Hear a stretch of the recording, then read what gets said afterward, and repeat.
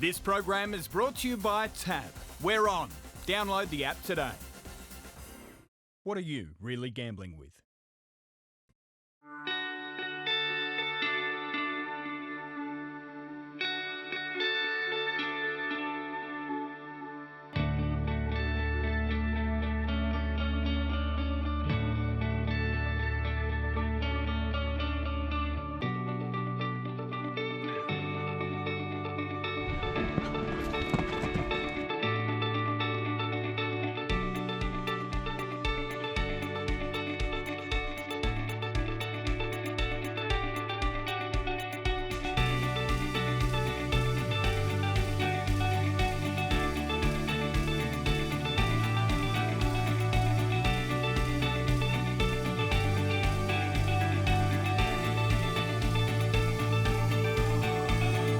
Hello, I'm Caroline Searcy. Welcome to another week of our thoroughbred rehoming program, Thoroughbreds Are Go.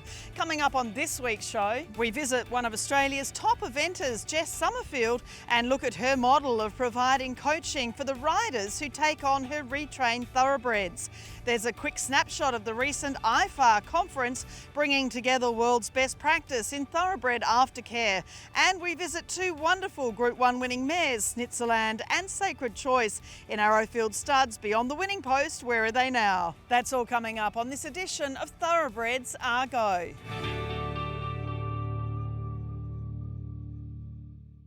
We often talk about the need for people taking on thoroughbreds away from the racing industry to get coaching with their new horse, particularly if they're young or inexperienced riders. And a great example of this is Jess Somerfield, a 5-star eventer at Scone in New South Wales, who provides coaching for the riders who take on the thoroughbreds she's retrained.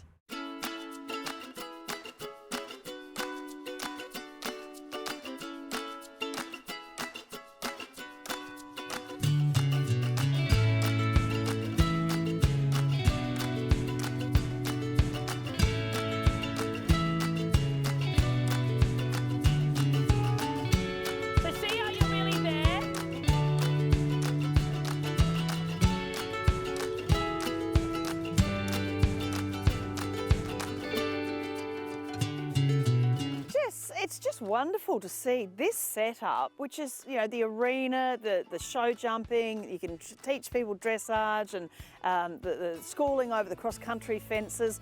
It's a wonderful sort of setup right here in the heart of horse country. Yes, it's come a long way and we've still got so much more to do, but we've been here 6 years now, 7 years, and that's just been our goal all along, to sort of create a training hub and a community with the facilities right here. We've got an amazing group of horses and riders. This is the horse capital of Australia, and why not build the facilities to accommodate that? Tell us about your background. I mean, you're an elite eventer yourself, but you've had a great affinity with thoroughbreds for forever, basically. Yeah, so we've just been out the back paddock looking at my beautiful mare Paige. So I actually grew up in West Australia and I got her when I was 14 or 15. I won't say how much older I am now. I've had her that long, and she was a 4-year-old off-the-track thoroughbred, and I took her show jumping. She came to Queensland with me and now she's retired down here. So the journey started a long time ago, and moving on from her, I also had the wonderful New Zealand jumps racehorse, which was Wildfire's Revenge.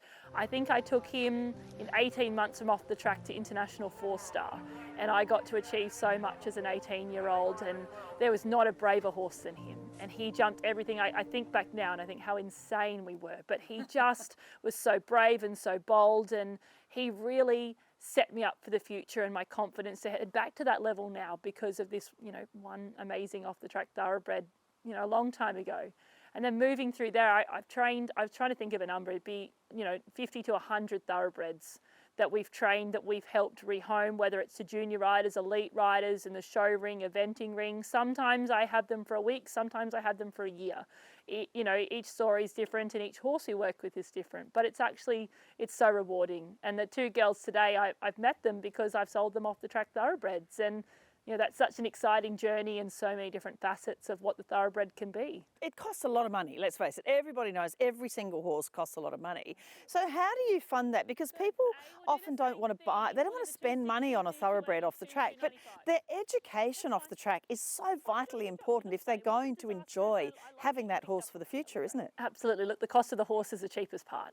And I think that we're really seeing a lot of initiatives now with lots of racing industries, whether it's pre-training, sometimes we take horses for trainers and pre-training, all the way through to now we have relationships with trainers post-racing where we put education in. And there are some systems, you know, throughout different parts of Australia where buying an off-the-track thoroughbred, you also get some help and subsidised and funding for the training as well. So there are so many facets, but it doesn't matter if it's a thoroughbred or any other breed, the investment in the education of the horse and rider is the most important thing. And that has to be remembered. There's no such thing as buying a horse. Even if you spend millions on a horse, there's still so much money to spend in continuing training, and the value is there, the worthwhile is there. You know, it's money where we need to be spending. We're here together. Yeah, that's great. And go large. Elastic, hands down and elastic. The people that you're training here today, and of course you've got set up a great little community here. I mean, the jumps are sponsored.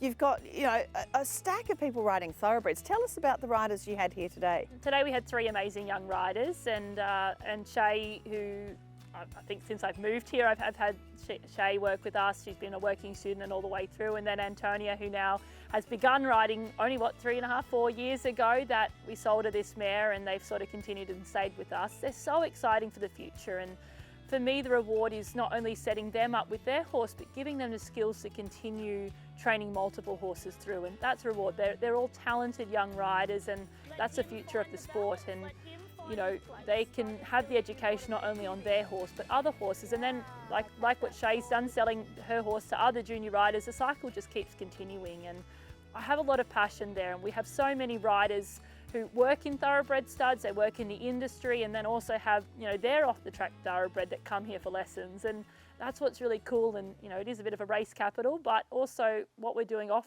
the track is pretty exciting too. Well, Antonia, you've been here working with Jess for some time. It's a fabulous opportunity for anybody, isn't it, to work with someone as accomplished as Jess? Yeah, it's been amazing. It's been about 4 years now. So I actually bought my thoroughbred mare, Little Gabs, off Jess almost 5 years now, so sort of November 2019. And it sort of didn't quite go as planned. COVID hit and I wasn't really able to get the training that I needed to, and I think buying her I was a bit out of my depth. I sort of thought I could handle a lot more, and I realised how green I was in a sense. And then just about a year after, the opportunity came to come up here with Jess, and I think she's been trying to get rid of me since.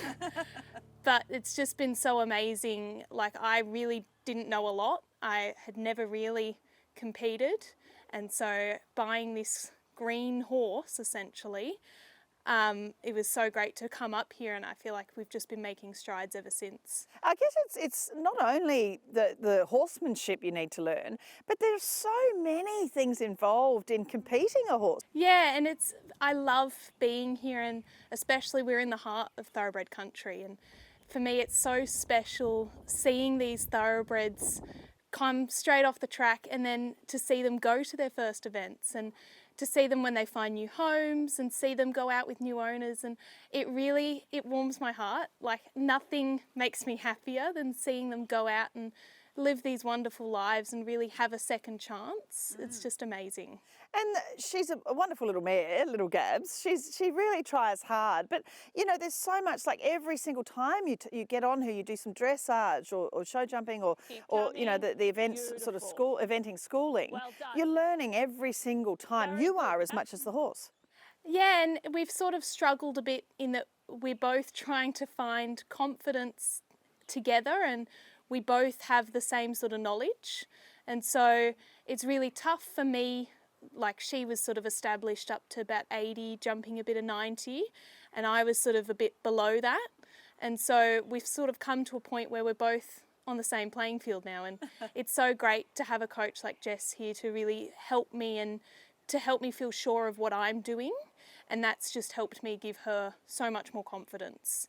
And so we're really starting to come together as a partnership, and you know, it's certainly not been the easiest ride, and I would have to admit that there have been times when I have just wanted to give up, and there have been plenty and plenty of tears, but you know, Jess has really been great at pushing us, and she is always the first person to remind me of how capable that mare is and how wonderful we are as a team. And you know, when it comes together, there's no other horse that I would rather be sat on. The big thing I'd have to say over everything, apart from I do love her 4 socks and a blaze, would have to be her heart. She always tries her hardest for me, and I always know that if I give her any chance, she will do her best. It's perfect. I've been here since not long after Jess moved in, and how she's built the place, it's amazing. Like watching the arena, all the jumps, the fences, the cross-country course, like, you know, she's got everything you'd ever need to be a successful eventer or rider out here. It's really great. I love coming out here. I'm a frequent visitor. I'm out here a lot. Well, tell me about Thunder. So his racing name was Mighty Hercules. He's by I Am Invincible out of a Lonhro mare. You can really see so much Lonhro in this guy. The mare, the dam, is out of Twiglet, who was a triple stakes winner, and a dam of Fairy King Prawn, Easy Rocking and Crevette. Just an absolutely beautifully credentialed, you know, pedigree, but as a racehorse didn't quite live up to that. Not at all, not even close. I actually got him I used to work on a horse stud, and I had one of the trainers from Dubbo, Clint London, ring me, and he thought I still worked there, and long story short, he said, I've got this black gelding by Vinny, do you want it? And that's all I got, and I was like, okay, put it on a truck. And then, you know, Thunder came off the truck, and I was very happy, but, you know, he's exceptionally bred, and it's a shame he couldn't run, but I'm not complaining because it means that I get the opportunity with him, and he's very special. I really like him a lot. And tell us what you're learning here. What is Jess assisting you with? Because he is a work in progress, isn't he? Yes, absolutely. He's come a long, long way. Like, it was only 12 months ago. You know, he was a whole different horse. He's come so far, but Jess is just always there as support in every stage when I get a bit stuck, when, you know, I just hit a bit of a wall and I'm not entirely sure what the next step is or how to work through it. Jess is always there on the ground to, you know, let me get to that next step and progress. And yeah, it's great, because sometimes you just get a bit stuck. Something just doesn't feel quite right. You're not sure how to fix it. You're not sure how to progress, but it's just great having Jess on the ground, those extra set of eyes telling you how to get there. He's only 5, so, you know, he's still such a baby, but he gets a bit horse shy and a bit funny when there's so many horses around, and, you know, noises. He's very noise sensitive, and yeah, they're all so different, have the little quirks, and it's taken a long time to help work with his. But I think we're finally getting somewhere, but I think it's just always a work in progress, and they're all so different with all their quirks. He is yours, but you're also training up these thoroughbreds, off-track thoroughbreds, for other young riders to be able to take on. So you competed at Equimillion, you've now on-sold that horse. Yes. And also this gorgeous big chestnut fellow. Tell us about him. He's lovely. He's owned by Chris McIntosh in at Muswellbrook. She raced him. He wasn't super successful on the track, but I think she has a bit of a special place in her heart. Like, she obviously has a lot of horses, but she's decided to hold on to him. But he's really cool. He finished racing at Christmas, so he hasn't long been finished. But he's going really well. He's getting there. He's a big boy, big horse, lot to get used to, but he's coming along really well and progressing nicely, so he's pretty cool. But how important to you is getting that right coaching to assist all young riders? It's so important, because without the right coaching, like, I think without Jess, I probably still wouldn't be riding. Like, it's so important to have that correct support to help you move, otherwise you just keep hitting those walls and keep hitting those, like, boundaries. But it's just so important to have the right support and the right coaching and continue striving for success, and it's just excellent, and I don't know what I would do without it. So tell us what you're teaching them, because obviously, you know, there's a lot of actual, you know, physical, structural work you need to do to get them, you know, the seat right and the hands on the reins and everything right. But there's also the mental side with confidence, isn't there? Absolutely. I think there's a never-ending list, and it's what each rider needs at the time. It might be something as simple as a little bit of groundwork, a little bit of help on the ground, all the way through to the actual riding principles. And I'm a big passionate about the psychology side. So I've just done 6 months doing elite sports psychology and working towards my level 3 coaching certificate. And a big focus for that is the mind, and not only our mind, but the horse's mind as well. And for me, 20% of what we teach is physical.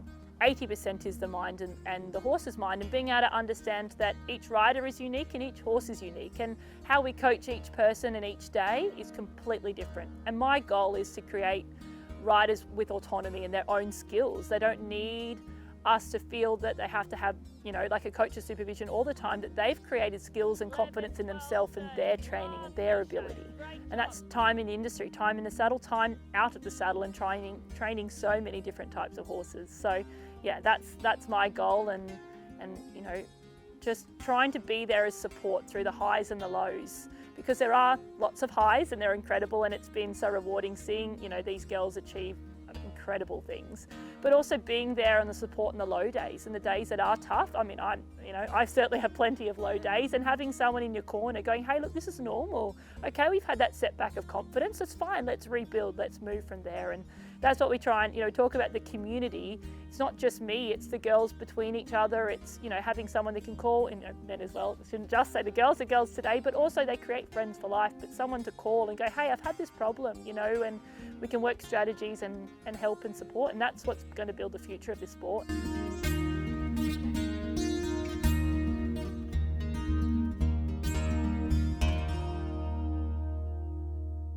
Wonderful to see the knowledge and experienced horsewomen can pass on to riders keen to know more about their new thoroughbred. Coming up after the break on Thoroughbreds Are Go, we look at the highlights from the recent IFAR conference in Japan.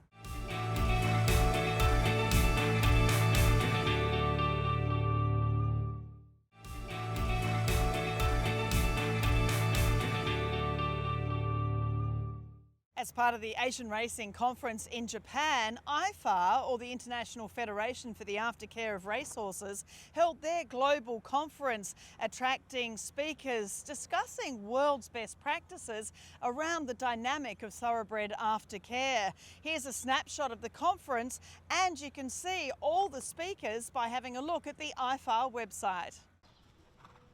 A very warm welcome to all of you, and thank you for joining us here for what is the 8th IFAR conference, which I think is a story in itself.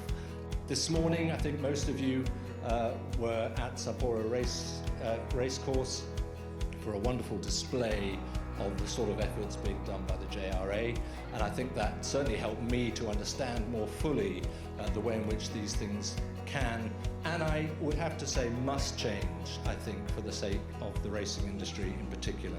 Yes, there's a phrase, one-trick pony, in English, which I think has sort of been put to the sword in the course of this morning, which I think was very good news. We've seen a massive rise in social license to operate becoming a very large fixation with the public.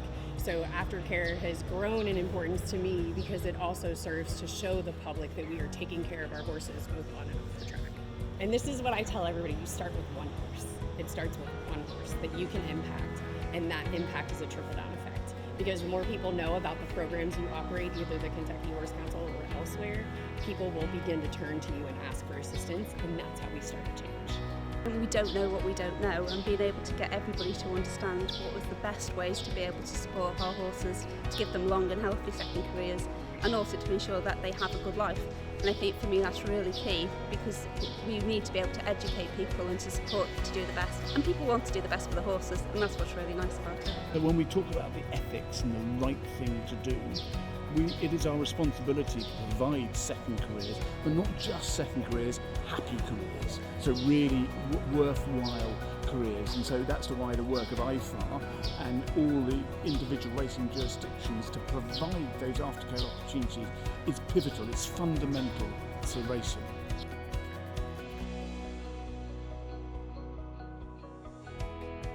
その後のやっぱ馬というものがどうなるんだということで、日本の国民の皆さんがもうすごく興味を持ってます。したがってきっちりとその走った馬をアフターケアをしないと競馬自体の信頼がものすごく下がってしまう。そこはだから競馬の信頼を確保する上でもやはりその働いてくれたサラブレッドたちは大切にしなければいけないというふうに思っています。Aftercare is incredibly important. My day job is I'm Programme Director for the Horse Welfare Board. A key part of our strategy, A Life Well Lived, looks at traceability, looks at aftercare.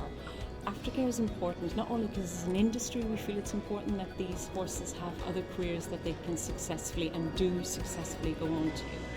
But beyond that, it's in terms of the retention of our social license, it's what the public accept. We wanted to many retired racehorses be active in the future in many places in Japan. In Hong Kong, we've just grown up with thoroughbreds being part of, learning to ride, and that's become a real norm, which is great. And I just really hope that other jurisdictions that perhaps don't have that strong link can learn from that and can develop in that way. It's a global industry. Horses are globetrotters, and Hong Kong is so geographically constrained that unfortunately we can't keep all of our horses in Hong Kong.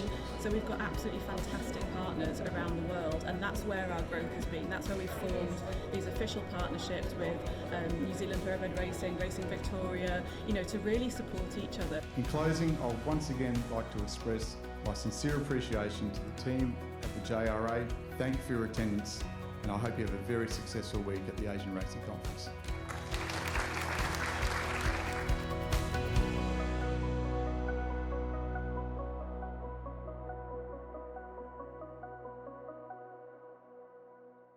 A great way to share world's best practice on Thoroughbred Aftercare, and as mentioned, you can see the individual expert speakers on the IFAR website.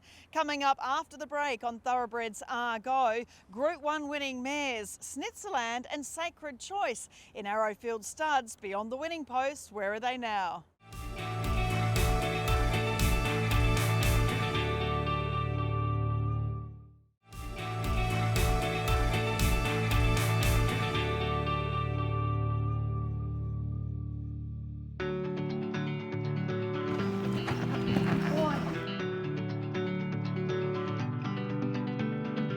Snitzerland is in front, the little girl's holding on. Coralie, Snitzerland was such a popular race filly, wasn't she? Of course, racing in the Neil Werrett colours, won a Lightning Stakes, also a Danehill Challenge, San Domenico, Champagne Stakes at Moonee Valley and the VRC Thoroughbred Breeders' Stakes. That's one very impressive racehorse, isn't it? She is. She's very impressive. I know her more as a broodmare though, so that's where my experience with her, like I've dealt with her as being a mum and looking after her babies, and then standing out in the paddock the way she is now. It's so important, isn't it, to see these mares now, continuing on and being looked after, because people are always interested. Sometimes the mares used to disappear and no one would know anything about them, but it's so much easier now to follow what they're doing. What's her day-to-day routine now? She's living her best life, I put it. We feed them in the mornings and then just grazes around eating grass every day, all day. That's their life. If they need anything, we're there to provide it. That's the life of a broodmare. I treat them all exactly the same. She's a lovely sweet mare. I've never had a problem doing anything with her. She's a great mum, raises beautiful foals. Just like her, she does well with whatever you feed her and whatever you're doing. So she has great feet. She's just, she's an easy mare, I suppose. They get fed once in the morning. They're on a diet regimen that is being set aside by feed providers, and it's got all the multiple vitamins, minerals, everything they need. And they get that once a day. When they come down to the foaling unit, they'll get checked a lot more often as they progress in their pregnancy, get closer to foaling. We then have night watch staff so they're under 24-hour surveillance. We monitor them very closely, and then once the foal's born, for the first 72 hours you're monitoring the mare and the foal very closely. That's where my area is down there with them. They get their feet done every 6 weeks, so it just maintains a good healthy foot. We're very lucky here at Vinery, we have great country, so their feet are always good. When it's dry, of course, we can increase their feed or supplement them hay. When they're feeding a foal, they will get more feed if they're in a small yard or whatever. As best of my knowledge, she's easy to get in foal. She carries the foal, not a problem. She's an easy foaler. I've actually foaled her first foal, her daughter. I foaled her first 2 foals. So I've had more experience with her daughter than with her foaling wise, but last year's foal, it was easy foaling. The foal was easy, no dramas. She always provides enough milk for it. She's soft and kind with it, and I don't know, that's just who she is. But Sacred Choice sprinted away with 100 to go. She's revelling in the ground. Sacred Choice. Sacred Choice, a great race filly, a Maya Classic winner. She won a Doncaster handicap. That is the toughest of the toughest over that Randwick mile. The emancipation and an aspiration quality. But out here, she's just another broodmare to you, isn't she? But obviously, you know, ageing, she's rising 19, and so she takes a certain amount of different care to some of the other younger broodmares. Yeah, so the older mares, sometimes they will get fed differently, so they'll get fed more or they'll get fed twice a day.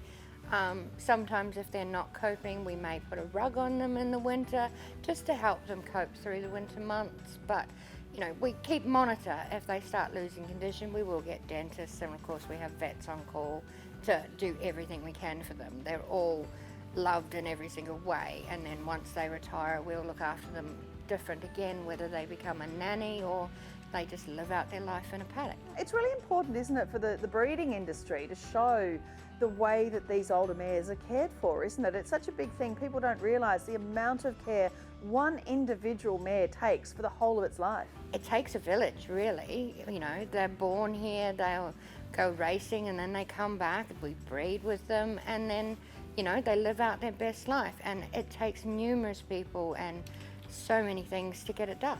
At the moment, she's just on the same regimen as everyone else, but she's in a smaller mob rather than being in a bigger mob where we can keep an eye on her condition. So if she does drop off, then we can take the necessary steps to look after her.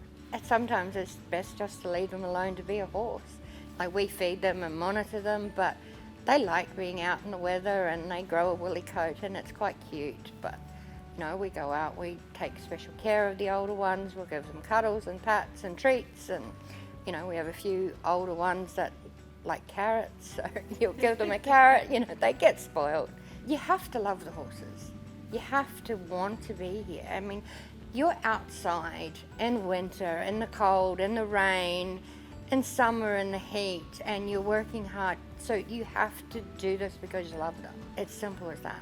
I've done this my entire life, and just, you know, you get to foal that mare, and then years later you get to foal her daughter, and then you can follow them on the racetrack and then foal them, you know, their daughter's daughters. It's so rewarding, and they're gentle. They're so gentle and lovely.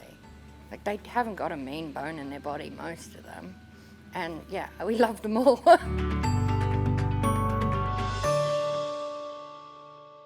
That's all for this edition of Thoroughbreds Are Go. Join me again next week as we hear from former Sky Racing presenter, experienced show horse rider, and now retrainer of Thoroughbreds, Joe McKinnon, about the industry's progress on rehoming. That and much more next week. I'm Caroline Searcy. I look forward to seeing you then.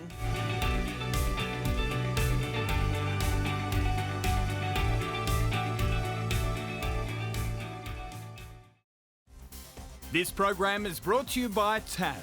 We're on. Download the app today. What are you really gambling with?